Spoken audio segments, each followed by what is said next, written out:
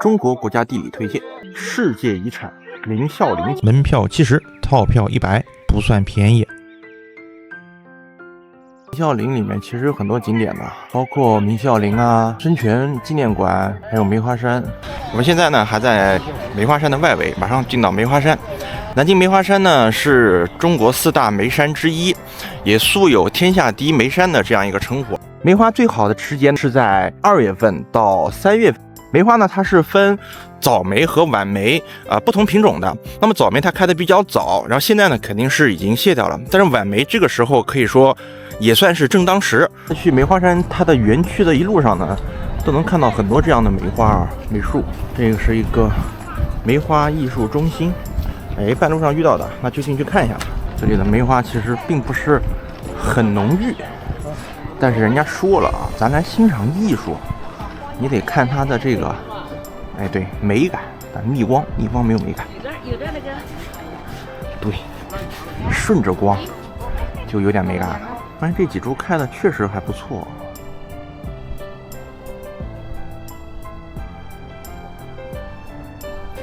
这边是一进门的一波梅花，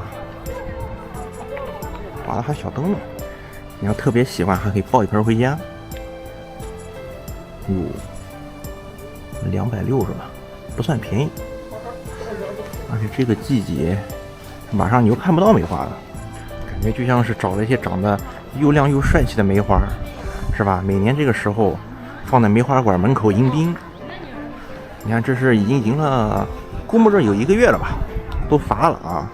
这花呢也就蔫了。中国梅花艺术中心，好，看看吧。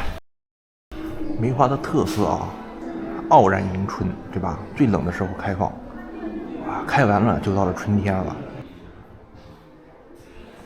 这个就是梅花开的时候，这个是雪里的梅花，雪地里的梅花。今年南京好像没有怎么下雪，所以说看不到了。你看，不是我吹的啊，是别人吹的。天下第一梅山。咱们再看一看这个梅花的分布图，也是秦岭淮河吧，到长江这一线南方地区梅花是比较多的，但是也不能太热。梅子其实是一种水果啊，大家别忘了。所以说考古的时候呢，能考古到梅子的核啊，这古时候它都是一种食物啊，当然现在也是。陪葬品里面它还有梅核，还有梅干啊。古时候的人呢就挺会吃的，像李白、杜甫、柳宗元、白居易啊，都各有各的咏梅名诗。来，咱欣赏那么2首。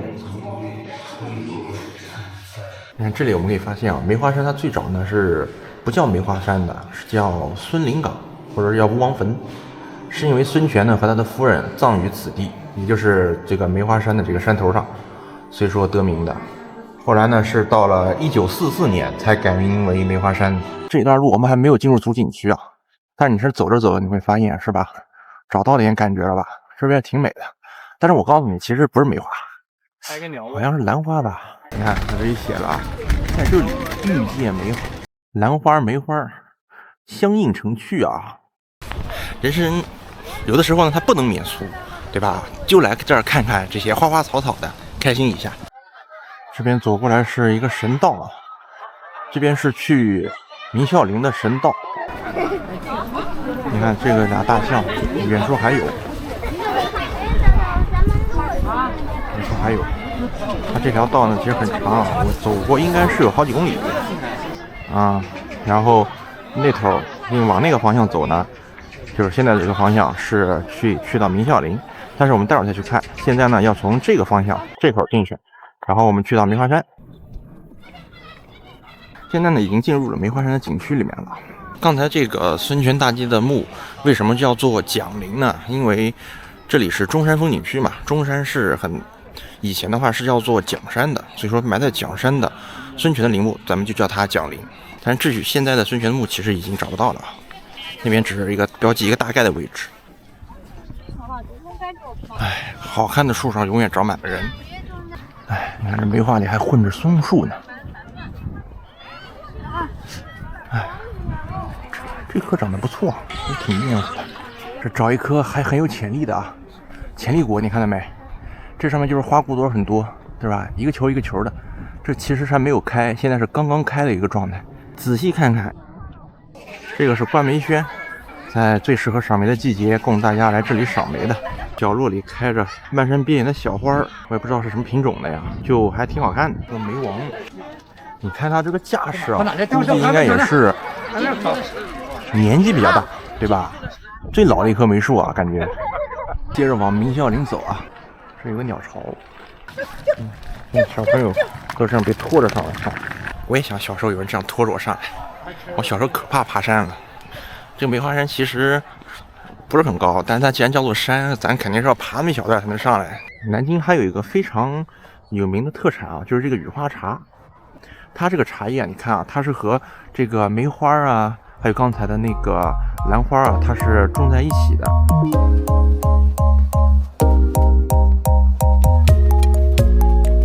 看这个梅花，它主要分俩颜色啊，白的和粉的啊，剩下的都是那种什么不白不粉的。还有一种那种特别红的，但那种特别红的呢就比较少见。你看这棵树，我观察了一下，它相比周围的梅花树，它更红一点。就是咱们从这个梅花山出来，然后呢就来到了明孝陵的陵园了。这是陵园前面的大广场啊，这个就是那个明孝陵。这条大路啊，它就是那个神道，刚才看到很多石像的那个地方，不经过梅花山，直接从神道过来，就是到了这个明孝陵了。1961年就是全国重点文保单位了。这边就是这个金水桥，我们往这个明孝陵里走一走。它整个明孝陵的规模还是非常大的。这个明孝陵呢是朱元璋和马皇后的陵墓啊，是明清整个这个帝陵制度的。他算是一个开创者吧。明朝皇帝的陵墓呢，大部分在北京，只有开国皇帝朱元璋，他这个陵墓呢是在咱们南京明孝陵的。这门叫文武方门，其实这个门呢才算是明孝陵的第一道门，有6国语言的特别告示碑，清朝宣统年间的这个文保标记了。好，你跨过去好吗？啊，我去这边了。这地都被踩包浆了。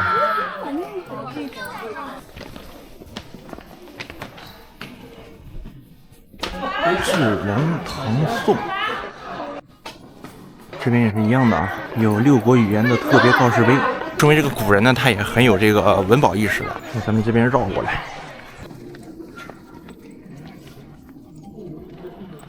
那这边两个是啥玩意儿？看一下，这个是那种炉子，就是烧纸钱的炉子，因为它本身是一个陵墓嘛，那这里去焚烧一些祭奠的纸钱啊、金箔啊。那对面呢也有一个啊，它这边是对称结构的。虽然游客很多，但是明孝陵的面积非常的大。作为一个陵墓呢，在大部分的地方它还是相当幽静的啊。很明显看出来它是一个遗址啊，就是陵墓的东西两侧它都有配殿，对吧？祭祀的时候需要人这里做一些准备工作，它需要有一个大殿嘛。但这里只剩下遗址了。对面也一样，它是有一个对称的，这个地都亮得反光了。从这个墩子你可以知道，这里其实以前是一个大殿的啊，只是这个大殿呢已经倒塌了，它只剩这个后面的一个小殿了。那殿有多大呢？你看从这边过来，它整个这边都是啊，整个这边都是，它的这个规模其实是相当的大的。前面经过2个殿了啊，然后这算是第2道门了，这个好像叫内红门。这种宫门的感觉是吧？也很多人在拍照啊。它这个内红门呢有个寓意，就是从阳间走入了阴间。前面就准备祭祀的呀，这个活人待的这些地方。后面呢才是朱元璋真正的陵墓啊，还挺远的。它规模是非常的大。两边呢一样啊，它也是种了很多这个梅花，还有松柏，一些常绿树。这边走过来之后，你会觉得这像一座城啊。进城之前呢，我们要先走过这座桥，这个桥呢叫做升仙桥，然后后面呢就是朱元璋陵墓所在的一个方城。这个方城呢，你看它这个城墙的高度啊，你能感觉到它其实非常的高，我感觉跟南京的明城墙的高度可能也差不多了。咱们这进去看一看啊，有点这个地下陵墓的感觉了吧？你看一下，这个上面明显是有这个墙砖，对吧？搭的一个拱，然后这种是那种大块的城墙砖。地下这个石基，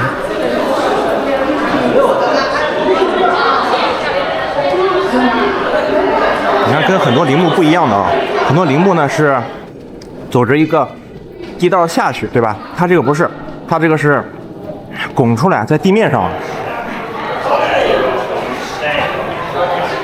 出来了，出来了，出来了！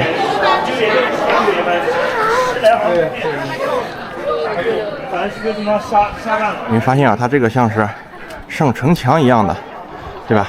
两条侧道。那朱元璋的陵墓在哪里呢？其实朱元璋陵墓就在后面这一块绿地里，是凸出来的一块山包里啊。你要想更好的看清的话呢，你要走到这个方城上面去看。所以说，我们先上去看一下。这台阶很有意思啊，当然不推荐下雨天过来。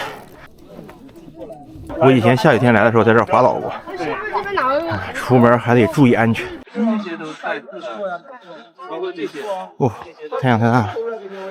红墙琉璃黄瓦，对吧？非常的这个宫廷风格，明朝、明清时期的都是这个风格。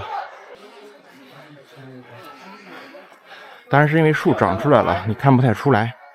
这底下呢，就是咱刚才上来的地方。然后朱元璋的墓就这一块儿，大概这一块儿，被树啊、被草啊给遮挡住了。哎，这个树长得很有趣啊，它从这个地方长出来，哎，它这个枝芽是吧，往这个方城的楼上够了，往这个方城的楼上长了。像这种方城上面盖一个小楼的这种制式啊，也是明孝陵的独创。这个斗拱，当然原版的呢肯定是在这个历史长河中随着战火呀，包括一些自然灾害啊毁掉了，这些是后来重建的。你看，这是非常像城墙垛子，这咱刚才上来的这个升仙桥。走在上面你不感觉，但是俯瞰的话，你就知道它是一座桥。明孝陵就长这样了。出口，咱们撤。我知道，不知道这个视角会不会更有陵墓的感觉？从一个阴间的陵墓走到阳间的感觉。不知道为什么这儿树长得都挺有压力的啊，得找个柱子把它给撑住。这个玉兰花长得是真讨喜啊，这么多人围着。这里还能看出来啊，这是一些当年的老物件了，也是饱经风霜啊。不得不说，明孝陵的这个路面啊，挺结实，就是有点伤鞋。看一下明孝陵的航拍图，上面这块是明孝陵主体，这个就是神道，刚才这一路神道过来，这个很长的啊，一路神道过去。然后才能进入到明孝陵的金水桥啊，一直到后面的方城，规模非常的大。